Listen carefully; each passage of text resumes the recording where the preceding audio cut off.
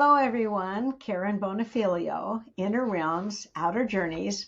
We have a special guest today, and I'm so excited that she's on the channel. I truly am. And her name is Bev Martin. And I'm going to let her say hi before I tell you about her. Hi, Karen. Thanks for having me. I have been looking forward to this interview. I think you are just delightful. So I'm glad that you came on the channel. Okay, let me tell you a little bit about Bev. She has natural abilities as an intuitive and medium, emerging as a young child growing up in South Africa. I really do know how to read. I'm sorry. later, later in her 20s, when it was apparent that these abilities would not go away or be quiet, she began to study with spiritual teachers and professional mediums. She worked in the Healing Sanctuary and on the platform at the Johannesburg Spiritual Fellowship, where she was fortunate to be mentored by kind and generous teachers who helped her understand and develop her gift.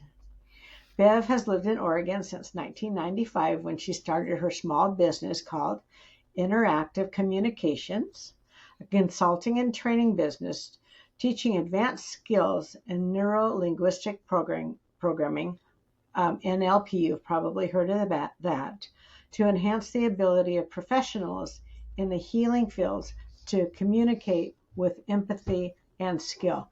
Boy, we need that on a national level. Big time. With empathy. Yeah. She's taught in several contexts, including real estate, law enforcement, healthcare, education, large corporations like Nike and Intel, and many small businesses. I would say you have a very, very background, quite frankly. Yeah. Okay, so Bev, I got a lot of questions to ask you, and you came up with some really good ones. So I would like to start with your questions. Sure, They sure. were awesome. So please tell me about the first person you saw on the other side behind the Mm, veil. yes. So I was 6 years old, and my grandfather was in the hospital having had a very serious stroke. Oh, And I was at home, and our home was near the hospital. So hmm. my grandmother was sleeping in my bed, and I was on couch cushions on the floor. And early in the morning, I opened my eyes, and there was my grandpa. And I was like, "Oh, you're better." He looked better than he ever had. He looked calm and happy and sweet. And he went over to my grandmother and he kissed her. The Oh, room was so full of love. oh, Yeah. And I was like, yes, he's better. And as a child, not even thinking, wow, he walked here, you don't think you don't think right? about You that. just don't think. And then, of course, the phone rang of the hospital to say that he'd passed. And I was like, but he's fine, and that was my first encounter with seeing someone on the other side, and then also encountering how confusing it was for people to say, shh, you'll upset your grandmother. And I'm like, how is it upsetting that he's absolutely fabulous? He is wonderful. He's Yes. fine, So that was my first experience of seeing someone on the other side of life. So I have a couple questions about that. When you saw him as his spirit, his apparition, did he look solid? Did he look a little He looked different? solid to me. Hmm. He Solid to looked you. solid and healthy and well, So I know often I will see someone in spirit and they look much younger than they actually were. And Hmm. of course, then I had no idea of anything. I only knew, oh, there's my grandpa. There's And my grandfather. he looked solid. And I love how he came and kissed his wife goodbye. Oh my gosh. Right? I wonder if I got kissed. Well, I'm sure I did. Oh, I bet you did. I bet I did. Yes. Hmm. And did you tell your grandmother that you saw him I did, and I was hushed. by Not so her much by or? her, not so much by her, but by others in the family going like, this kid is nuts, and this is not the time. We're Hmm. grieving, we're shocked, we're upset, we're sad. Shh, kid. Oh, wow. So, of course, I had a long life yet to learn what to do with what you see. And what if it isn't welcome? All of those things. But that's where it began for me. Bev, how old were you when that happened? 6 years old. 6. I was a little kid. Wow. I was So as six. an adult, how would you approach that differently now? Well, I think even just the notion that someone can be in the room who couldn't possibly be there, but knowing like, oh, this is the essence of this person or that person, I have so much more understanding about it now. Hmm. Um, and even then, I couldn't understand that I hadn't actually seen him until everyone told me, you know, what they thought was true for them. Yeah. But as an adult, my understanding of the veil, of how we see one another, it's developed over years. But I'm always delighted. When I read for people in the same room, I have a corner of my office that is where people on the other side show up. So that's how I know the difference between in a reading where I'm thinking of someone that's connected to the person that maybe just lives somewhere else, Hmm. and when I see them show up here, I'm like, oh, this person's on the other side. Um, Oh, and so that's how I understand just by like where they're placed. oh, that's Um, cool. yeah, but even just the notion that that could happen Hmm. was all new to me. So, kind of going back to that, I'm kind of stuck on this. Um, it was your family that was around you, obviously. Did Yes. they not have the same gift that you did? No, I believe on my mother's side there might have been a grandmother who did, and maybe not quite the same way, but was open to oracles and things that were, otherworldly. That the great grandmother, but no, it was regarded with quite a fair amount of suspicion. Were And you then, ever vindicated? well, I do now because it's really quite funny because in my high school life, I was still seeing things and being told, oh boy, you've got an imagination like, and then at the time, there were some things going on in the family that I couldn't have known, except I did know. Oh, okay. Right. And so that was also when it was like, where I asked myself questions like, what is the value of me having access to like an inconvenient truth? Or am I going to live my whole adolescence with my dad's hand, like, ooh, watch out, she's going to say something, which was almost the case, because he couldn't understand how I knew what I knew. And so I had big questions for my own self, for the universe, in a way, for God, which was like, okay, what is the point of this? Because so far, very inconvenient, Yeah. right? People are trying to And shush me. right, everybody wants to shush me, and if what I have to say is not helpful, why would I? So as I developed in mediumship and in my own spiritual path, I remember asking the divine and asking my guides. I was being fast forward to when I was being a platform medium where you stand and you give messages to the congregation. I Oh, remember making an arrangement with my guides. It's like, please don't let me ever say anything if it's not helpful or true. So just like oh, help me to be really mindful. And I think that has helped tremendously because I just have an arrangement. Like if it's not truly in service, that's it. There's no point. and your Yeah. guides will honor that too. Yes. Yes, they will. Yes. It might have meant that there were times on the platform when as I was developing as a medium too, and it's quite scary to stand up where you got nothing, and then go to this person, and then you get the message. Whereas if you're a public speaker, you normally know beforehand what you're going to say. As a medium, you don't. So it takes Oh my quite a God. bit of courage to go like, I'm going to come to this person, and then I'm going to open my mouth, and dear God, let it be. Makes sense. And so that was part of the deal I made with Spirit is like, I will learn this. I will do my due diligence, but I have to know that somebody, all the levels greater than me, are minding the store for, safety, well-being, and true Hmm. contribution. Otherwise, I could learn how to whistle. This is not useful otherwise. Yeah, exactly. Okay. Did you try to make your awareness go away? I did. Oh. I did. Well, in those early years when it was just like a real pain and I couldn't understand it, and then being criticized like, "Oh, you're so sensitive." I thought, okay, this is a lark. Oh, you heard that too. Oh, you too? Oh my gosh, yes. Don't be Right. so sensitive. So sensitive, as if it's a bad thing. And now we know. Yeah, why we are. Thank you for that sensitivity, for that gift. Hmm. But until we know what its job is, we're like, whew, what's the point of this? So yeah, when like in high school and early college, I was just trying to shut it down. I was trying to be ever so like, if I can see it with these eyes and it's like solid, then it's real, and I don't want anything else to do with it. And dreams would come. Oh, I'd be somewhere talking to someone, and I'd just get such a deep feeling. I'd be like, oh man.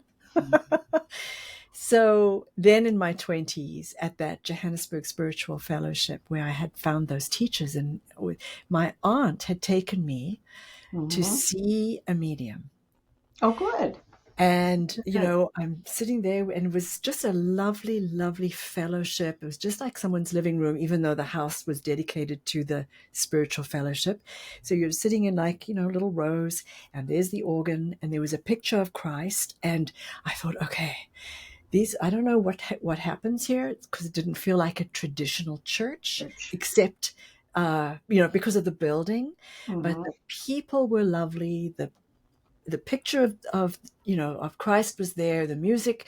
I thought, okay, um, I'll see what this is about. And then a medium, an older man from England, stood in front, and he was like listening to somebody, and then he'd say, "I'm going to come to you," and he'd give a message. And Oh. I Hmm. think I sat there with my mouth hanging open.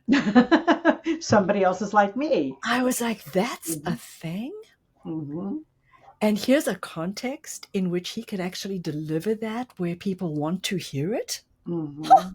Imagine that. He was And I amazing. remember saying to my aunt, "So you think it's not me, like I'm not crazy?" She's like, "Oh no, you are crazy, but You're kidding. Stop it, Pound. that's our family." So yeah, so seeing that and realizing, oh, okay. And then I began to study with mediums there, which was the best thing that ever happened in my life. Oh my It gosh, to be changed enmeshed. Yes, that'd be changed the course wonderful. of my life. Hmm. The Wow. trajectory. Yes. So, it doesn't seem like your father liked having a psychic child. He did not. It was very inconvenient. And funnily enough, there was a time when around about that time, my dad ended up in the hospital. He was terribly afraid of anything medical. It was just a surgery on his Oh. elbow. And for various reasons, like losing his own dad young and lots of hospital, he was phobic about that. And I Mm. went to see him in the hospital. And as I walked in, and his bed was like at the end of a long hallway, I Mhm. saw a person standing next to him. And when I got there, the person wasn't there. I was like, oh, you know. Yeah, I And know. I just said, oh, you know, silly me. I thought I saw a man standing next to your bed who kind of looked like this. And he Oh looked no. at me, and my dad said, oh, that's a coincidence. You've described my father. And then, like, we will say no more about it. But his dad was standing next to him in the bed, next to his hospital bed. So my dad was open for a minute, and then we won't go there. It was just too much for him. Too much. Yeah. Was he ill or did he recover from Oh, he this? recovered. Yeah, he recovered. He later passed in 2012 in South Africa, but did everything he could to not ever go into a hospital. He was terribly afraid. Well, he had comfort, but he just didn't know. But he did have comfort. His dad was there watching over That's him, right. which is wonderful. Um, Tell me about seeing things. Well, I think, that's always been the phrase like, oh, she's seeing things. She's just like, whatever. Um, and so, like, there was a kind of almost like a criticism, like, if something isn't there and you see it, then there's something wrong with you. Yeah. and, and I think what it did for me was sort of develop.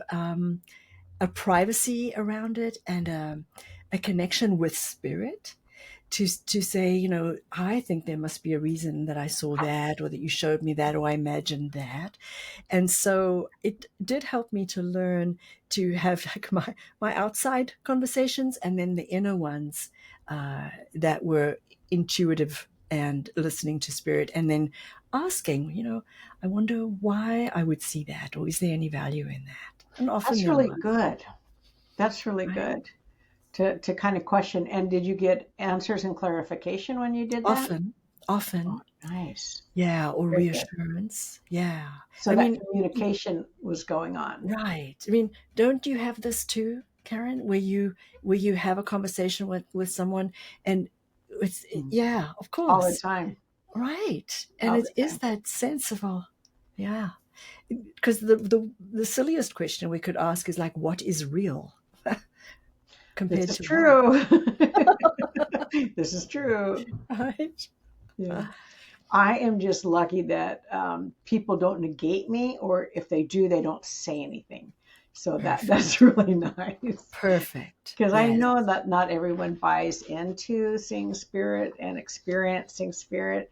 And then I got people that, oh my gosh, I wish I could do that. I would love to, Right. and such. Right. So, Yeah. Don't you oh, find there's more people who say, "Oh, me too"? Like when you kind of reveal that you do this? yes, yes, yes. I have found that when I discuss my sensitivity, oh my gosh, people just say, so am I, so am I. Yes. And I know you're extremely sensitive too. Now I Okay. know it's a superpower and That's a not superpower. nothing to be afraid of. Um, Tell me about your spirit guides or Oh, spirit guides in general. thank God for spirit guides. Oh my So, gosh. thank God for spirit guides. In fact, Yes. just today I was telling someone who had a very difficult conversation, and we were helping her strategize to how to tackle that conversation. And I was telling her the story that many years ago, I had to give really difficult news to someone, about a choice that I had made. And I asked the guides for help. And I was like, I want to be kind. I know that this is not a welcome decision that I'm making. Please help me to know what words to say, to have the words land as kindly as I possibly can and remain true to the decision I have to make. So please, guides, help, help, help. And after the conversation went as well as it could for a difficult conversation, Hmm. I dreamed that night of one of my guides. And I call her Marguerite. And she's got flowers in her hair. She looks a lot like one of the characters in the tarot imagery I came to find years later. Hmm. And Marguerite came to me in my dream. And in the dream, I said, Marguerite, it went so well. I knew just what to say. And she smiled at me and she said, that wasn't you. That was me. Almost like before you get too proud of yourself for how you Yeah. had that. That Well, wasn't you, that was me. well, that's wonderful that she came in though and helped you. Yes. Yes. Yeah. But she wanted the credit. She wanted the credit. Do you know how many guides that you have? I don't. I feel like it varies. I feel like there's always at least a male energy and a female energy at the very least. Mhm. And then it often feels like, five, seven, nine, any kind of combination of that. Mhm. Often when I'm challenged, if I'm going through a difficult time, I feel like there are more. Yes. Yes. Yes. Right? They'll It step feels in. like Mhm. we gather the group. It feels like Yes. there are more, and I will notice that, like if I when I open up for a client, when I open up and I ask the guides, to come in and help us. Oftentimes, it'll feel like whoa, the room just got Oh. full, and then that says to me, oh, this person is needing a lot of support, or they are someone who gives so much support that they have the whole cheering section working with them Working as for well. them. And do you feel these connections with your guides in your body? How do you feel the connection? Oh, that's such a good question. It feels like it's just out. It's like in my it's like where I would think, except it's more animated than my own thoughts. It's like just outside. Oh, I think I connect with imagination is how we do it, I think. mhm. But I feel like a constant connection. And Mhm. often how it comes for me. And I believe that we get the guides that reflect who we are, Yes. so Yes. they're us Mhm. without having to pay a mortgage or drive a car, lucky bums. Yes. Um, but so I feel like one of the things I have most in common with my guides is they have a wicked sense of humor. They have what? A wicked sense of humor. Oh, well, that's good. They will make me laugh at things, and then I know it's sort of an inside joke between spirit and I. Oh, And there's a quality of humor from spirit that is wholly supportive of everything. Unlike our humor on the earth plane, where we might have to make something down in order for someone to feel up, it's never like that. Like they oh, find the humor, and it's just like the love of life. It's fabulous. So they are my teachers, they are my buddies, they are my representatives, and they are my truth tellers. The guides will tell me what I need to know if I haven't well, paid you asked attention. them to do that too. Exactly right. Hmm. Hmm. Oh, Yeah. that's fabulous. Tell me about receiving hellos from the other side. So it is kind of like that, just because I came up, if you will, on the platform in the spiritualist church, standing on the Oh, platform and giving messages like the medium I had seen there so many years before. I kind of made an arrangement with spirit, like when I'm working or when I'm there, mm. I'm available, but kind of don't bother me in safe way. Right? In a way, it's like, oh, if there's a need to be of service, I'm on it, but I'm not walking around all day long um, Great. with my eyes on the other side of the veil. I live here, and Hmm. then I'll peek through and call me if you need me, kind of thing. And very rarely has that been any different. Like once I was at it was like a holiday party, and I met a lovely woman. And just as I met her, I'd never met her before, just hearing her name, her husband was behind her husband in Oh, spirit. in spirit. And I was like, oh man. Because, when a client comes for a reading, I have their permission. I know that Right. they're open to this. I Yes. do not want to be that person who goes, you know. But because my guides had me see him, I thought, okay. So that's when I have a little sidebar with them. It's like, is that just for me to say hello to her husband? Or am I supposed to say something? And that's when they say, for example, let her know, but like let her know very lightly, leave it with her and walk away. So then I did. I was like, I know this is a little bit weird and I've only just met you and I don't do this at parties. But just as I met you, there was this person and she's like, oh, that's my husband. And Oh, good. so I'm very careful out in the wild, but spirit always finds a way, or the guides will say, do say hello to this person or that person. Well, that certainly made her feel good, and she was receptive too. Yes. I mean, if you came up and told me that, hey, Carl's behind you or whatever, yeah, oh my gosh, Right. I'd be so happy, you know? Right. It's the Yes. best. It's the best. Yeah. Ah, so cool. Oh my gosh, you met with an African shaman? Yes. Ooh. Yes. So when I was still living in South Africa, and his name is Credo Mutwa, he's passed since, but he was like a mountain, about 350 pounds of authority and Mm. clarity, and like, oh.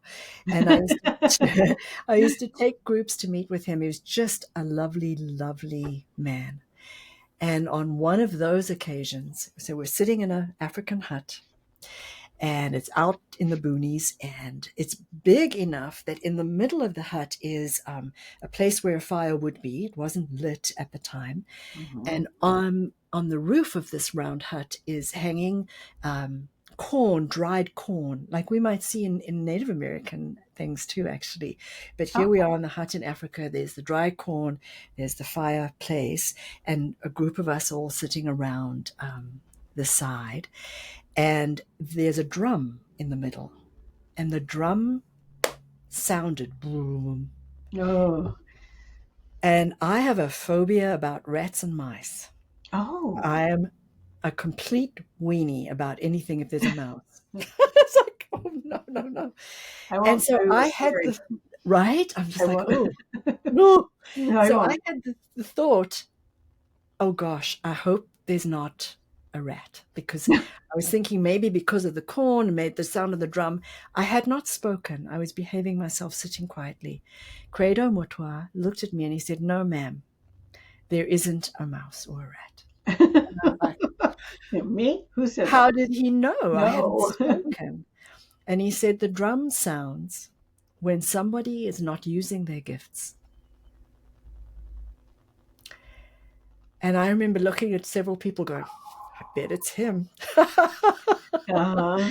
I bet it's her. She looks like a person who wouldn't be using a gift. So I'm joking, because when we left, he sat me down and he said, your gifts do not make you special.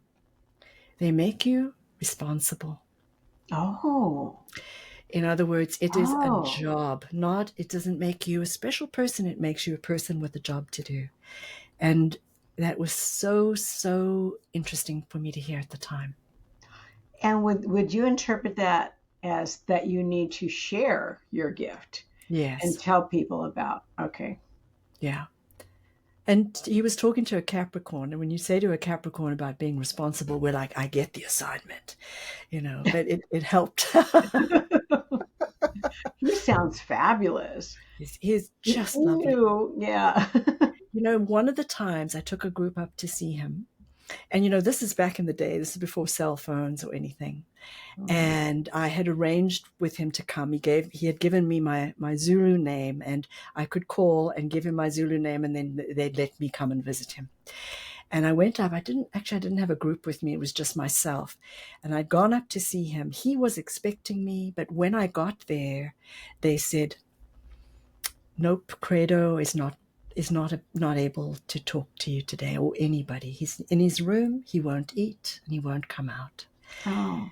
And I was like, oh, I'm so sorry. And is everything okay? And they said, no, he's had a vision, and he's not coming out until something happened. I didn't know what it was at the time. Oh my But God. what it was he knew Lady Diana. Oh, he And did. he had seen 2 weeks before she died. He had seen her death, and he just went into, because not anything he could do. It's one of those things where the burden of knowledge in his case. And so he just would not emerge until after it had happened. So something like that, when you get a premonition like that, should you just hold that to yourself, or should you reach out to that person? It's a really good question. I I think don't it know. depends. I think in his case, because it was something that he knew, because he couldn't not know, and it wasn't anything that he could intervene, right? Mhm. And I think sometimes that does happen. You'll just have a sense, oh, this person's going to pass, or oh, you just know what you know. But I think there's a very delicate place about what's ours to communicate and what's not. Mhm. Right? I'm fortunate. I don't get a lot of those things that I have to wrestle with, but Right. it's something to consider. What is my role here? Is it truly helpful? Because I think when we're in the field of knowing, we know things, Mhm. right? I Mhm. had a friend who told me in a dream that he was going to leave life, and it only occurred to me after he had, Oh. that I was like, oh, should I have intervened? It's like, no, but you couldn't not know that this was going to happen. So it is a responsibility. But I feel like in a way, we have to be so careful not to be that. I think this is what Credo meant, is like, if we think we're special with the knowledge, Mm. that's different from going like, okay, is what I think I know of service? Is it helpful? And I think much of the time it isn't anything to share, unless, like, I think a client session is one of those contexts Mm-hmm. um, where I feel like, okay, we're doing this, we're collaborating together, and together we will bear responsibility, and together we will consider Yes. what can I know or not know, what am I willing to know, and what will I do with the With that responsibility of knowledge. knowing. Yeah. You've had some extremely amazing things happen to you in your life. Been very fortunate. You really have. My gosh. Thank you. I'm not sure what this means. What I believe my clients already know. Oh, yes. So Mm-hmm. this ties into collaboration. So I often will Okay. say to a client when we begin that what will happen in the reading is that they will learn, they will find out what they already know. And sometimes people look at me like, well, what would be the good of that? But it's to say together we're kind of opening our both of our intuition and bringing up to consciousness what is just underneath, because I absolutely know with every fiber of my being Mm-hmm. that my client knows everything they need to know. Mm-hmm. They have all the wisdom. And then the session is, in a way, I think of it as like holding up a mirror or shining a little flashlight so that the person goes away going, yeah, I do know that. And I Okay. always say, if anything comes through me that your whole neurology or your any part of you goes, mm-mm, trust you, trust yourself, not Mm-hmm. me. If Yeah. I land a clunker and it doesn't belong to you, don't take it. Right? We're doing this That's a very cool together. way of thinking about it. Yeah, Very cool. Oh because gosh. their guides are telling them everything they need to know, and we're just Mhm. turning up the volume. Yes, and a lot of times people don't even know they have guides or birth Right, angels, and that they have a whole team. right. Thank So God we do. yeah. This is a hard enough job without support. Could you imagine being here all alone? No, No. and I remember a time before I knew I wasn't all alone, and it's just kind of like, what is the point of all of this? I'd go to the library and basically be like, where are the books that tell you what the hell? What is going on? Sorry, lady, we don't have those books. Exactly right. But now we have stores with those books, so it's Yes. good. Um, well, tell me how you do reading. How do you read intuitively? It's a good question. And I remember once somebody phoning up to ask me while I was working out of my real office down the street many years ago. And he said, so how does it work? And I think I had so little time between this call and the next person walking in the door. And I said, honestly, I don't know. He said, oh, I'd like to see you. He said, I'd like to see you. I'm like, It okay. happened. So I think what I would say is like the not knowing is really the container, the place of mystery and magic and openness, surrender to the divine. And I love to do it with fellow travelers with that frame of we are collaborating, Yeah. and it also means that as I invite spirit in, I will often ask the client what they would like to have happen. And that way I kind of get an idea of, why are we here together? What are you looking for? And it means that we're both then working together.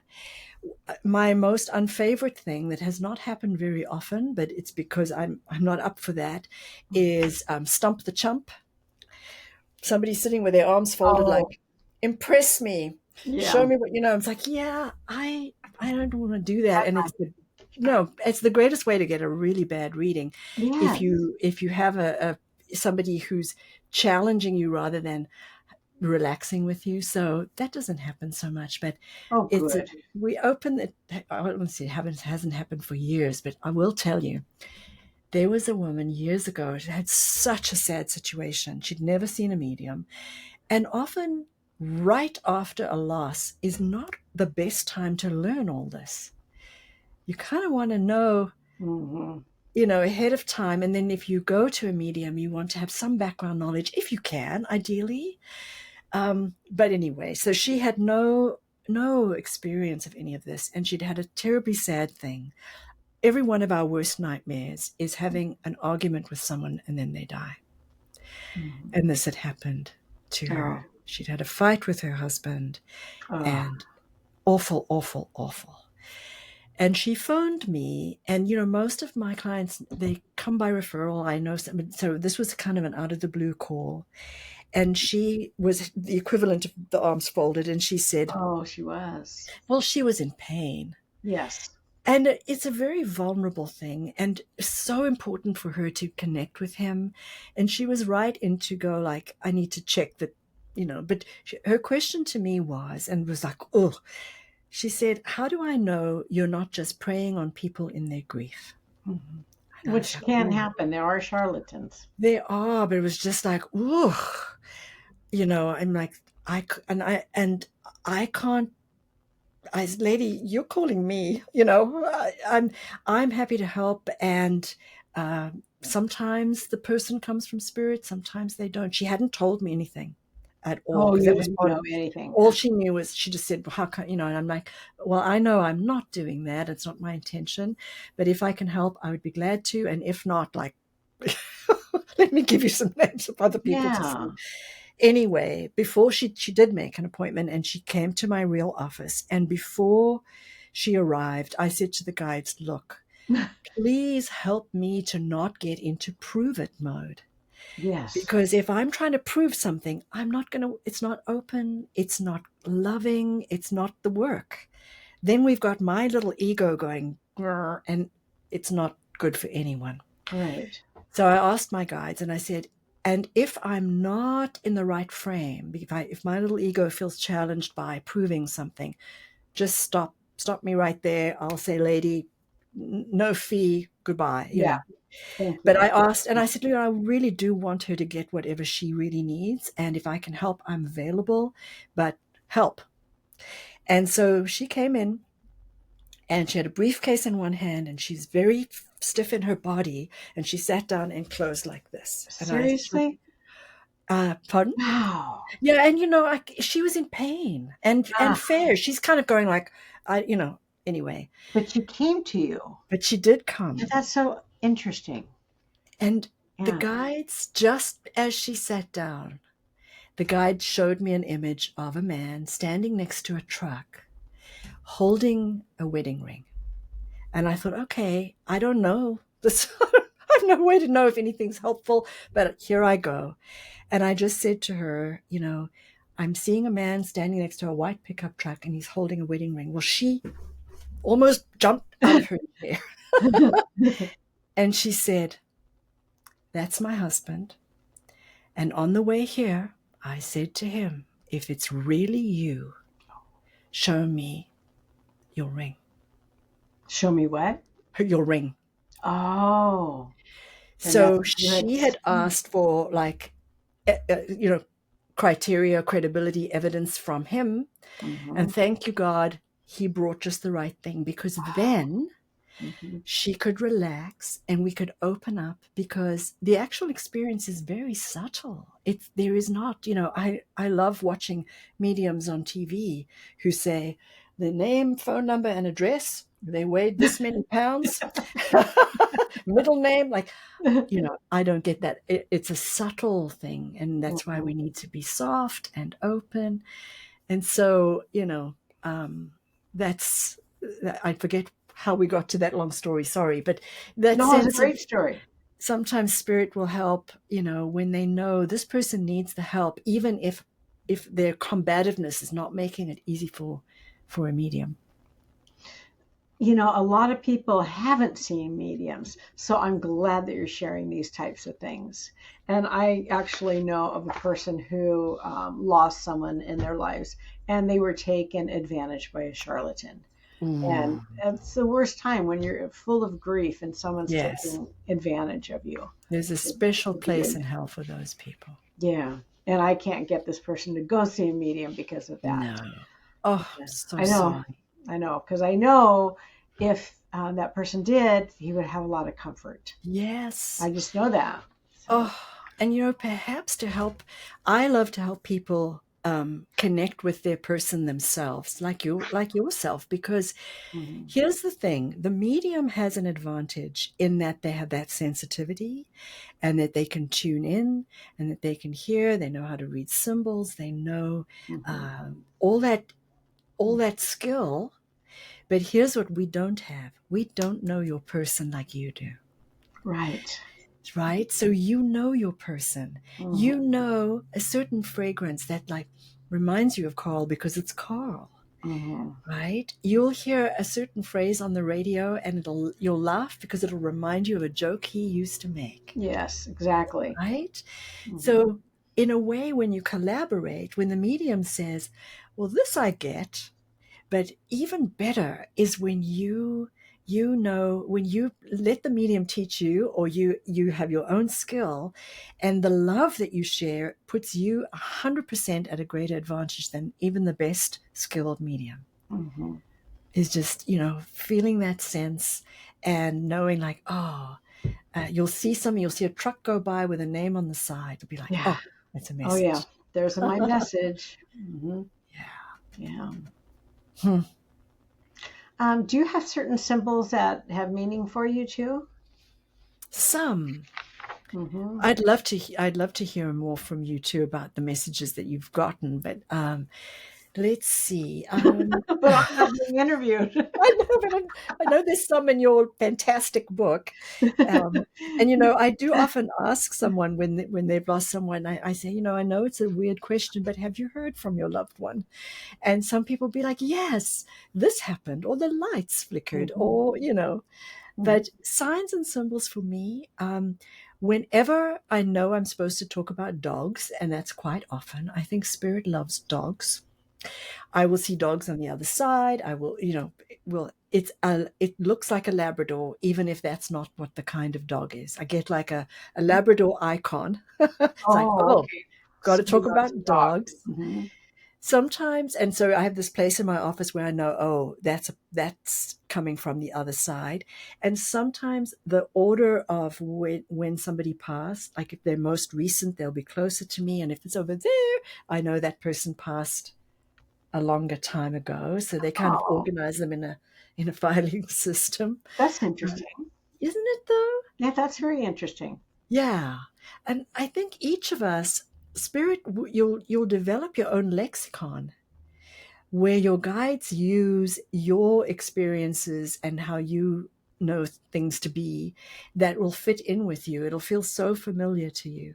But I have seen Mhm. mediums on big platforms, and there've been a few things like, oh, they do that too. That ordering of sequence kind of thing, sometimes. Yeah. Mhm. Yeah. So, and other symbols, oftentimes, I love metaphor, and spirit is great at metaphor. Mm. So, I will often bring the metaphor to the client and we'll unwrap it together so that I'm not saying, "Ooh, I saw this thing and this is what it means." It'll be like, huh, there's that. Does Mm. that mean anything to you? Like, and the person will be like, oh my gosh, right? And often it's the thing That's good. that I think is too dumb to say. Yeah, and that's Right. the one that matters. Right. Now, that's awesome.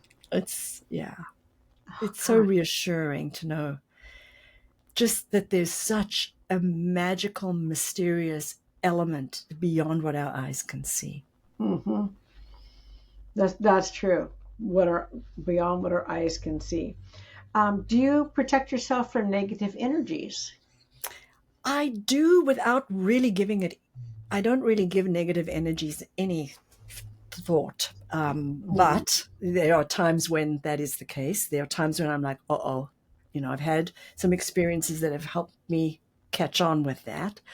But mostly it's about lifted vibration as a way of being, as a way of living, the sort of being psychic hygiene of, what am I reading, listening to, thinking about. So psychic hygiene as much as one can possibly do, and then focusing on that which you want more of, which is the light. So I seldom think of negative energies unless something gets my attention, somewhere out in the world I might be, this. this feels yucky, and so I'm aware and informed, but I sort of focus on where I want to be instead. And when someone sits with you, can you feel their energy? I mean, when they're doing this, you can Right. tell. Yes, you can tell it's kind of a clue. Yes, I can. Okay. And even over Zoom, as you know, you and I, over even this way, it's Mhm. quite remarkable that we have access to. Yes, it We're is. not separate. Mm-hmm. Hmm. Oh my gosh. Okay, I need to see what else. You have so much experience. All right, I'm talking your ear off, and I'm so curious to hear more about you. No, this is it's supposed to be about you, young lady. You're not going. It's not about me. Um, well, I some of these you already. Um, well, this is kind of a no-brainer, but I'm Okay. going to ask you anyway. Do you think that psychic abilities can be learned and developed, and or do you just have to be born with it? Nope, definitely. I believe you are born with it and it can be developed. Mhm. And how would you Definitely. suggest people do that? Ah, that's a great question. I love to teach this. So I think of it as recognizing how you know what you know, to even get curious. And each person does it a little bit differently. Some people, I know for me, if I walk into a home when we were shopping for a house many years ago, I could feel like, ugh, nope. Yes. Mhm. Right? My realtor was just like not a fan because I'd be like, oh, this is a divorce house. And she'd say, well, the couple are divorcing, but like, I'd be like, mm-mm. Right. So I was not, not easy for her. So you get people who feel as you enter in. You have people who, like, someone who's studied medicine, like Carl, like they have an extra sense of, if he saw someone, I'm imagining as him being a chiropractor, he would see someone walk across the room and he'd know, oh, hips out, right? He would Right. just, so your intuition clicks into what you're curious, interested, passionate about. It attaches to your knowing. So for anyone who wanted to develop it, I would say, notice what you love, have a reason why you want to have your senses around this be even more.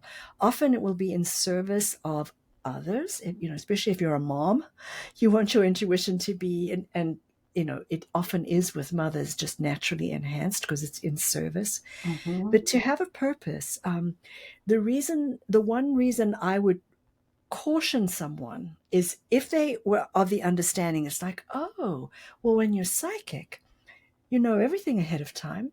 You have no problems, right? Because you just know the winning lotto numbers and and should I date that guy or not? Because you can, and it's like, no, actually, you're not taken away from the experiences that you have to have, Hmm. even being an intuitive. So I would caution anyone who thought it made their car go faster and everything, just like, wow, wouldn't that be grand? Because Hmm. it is a responsibility. But to develop it honestly helps us with our one real job, which is to become our true selves, Oh my goodness, that's beautiful. right? That is beautiful. Yeah, it's like the GPS. Your Hmm. intuition is the GPS of your soul, Hmm. and your soul's job is to become yourself. So to develop your intuition is to say, help me more easily to become myself, help me more fully to become myself. And then we like ace the quiz on this test of life. I like this. Isn't that fun? I Yeah, really because do. it's like that's our one job, Hmm. It's right? very And there's no book how to become Karen Bonifiglio, right? You have to, I've been working on it. right? We have to know, like, that's trust and listening and paying attention. And Mhm. intuition, I believe, is the the mechanism by which that's the tool by which we become our true selves. And our guides are there to go, mm-mm, that's not you, you know, that Mhm. face tattoo, that's not Mhm. you. Yeah. So it's a joyful exploration and a sacred opportunity. Mhm. It's beautiful, Bev. It seriously is. I'm going to ask you one more question, and then Sure. I don't know. I haven't discussed this with you either. Can you release and clear spirits? Oh, it's such a good question. I haven't. I used to have a person here, actually in the area that I would send people to, and she's not available anymore. Oh, okay. I find like even like from a home, sometimes one can just by intention Hmm. and to raise the vibration and go anything that isn't higher than this vibration, out you go. So Hmm. it's not my particular skill, but I feel like any one of us can get bossy because we have free will. If any kind of entity or energy is occupying a space that's no bueno, we are allowed to say, off you go. The same way you would if you walked into your kitchen and there was a person standing there you'd not invited to your home and you didn't think they had good intentions, you'd be like, out you go. Yeah, So that bossiness, that clear sense, because there can be mischievous entities. I'm writing this down. Ah, yep. There can be mischievous entities, and they can make us they sweet talk and they give us, here, tell us what we want to hear, and so to be vigilant against any kind of energy that doesn't feel clean, lifted. But we get bossy and we go, out you go. Off you And go. but there, yeah, and there are people skilled at that. Okay. But I think each one of us, we don't want to wait for that skilled person. We can also do it ourselves. Okay.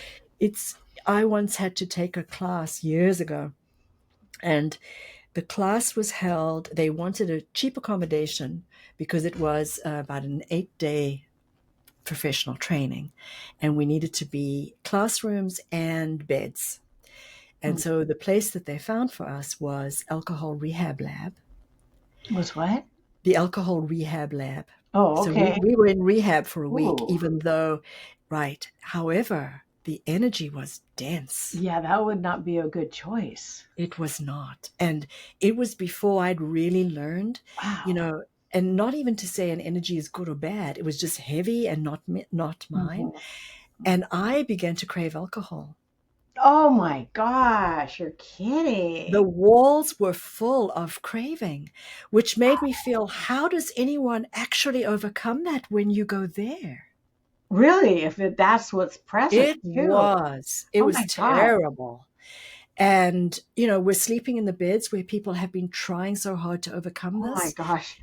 And the place was full of entities trying to drink through us. And it took I'm me, sorry. Wow. right? Isn't that shocking? I would Yeah, love to it is. tell you I realized it on day one. I didn't. It was like day three, and I was thinking, why am I thinking about this? I like me a glass of wine, but But this was different. but I'm obsessed now. Right. It was kind of like, whoa. And I was even Oh, thinking about things like, if we go out, can we get a bottle of whatever, like stuff I'd never even had before and bring it in?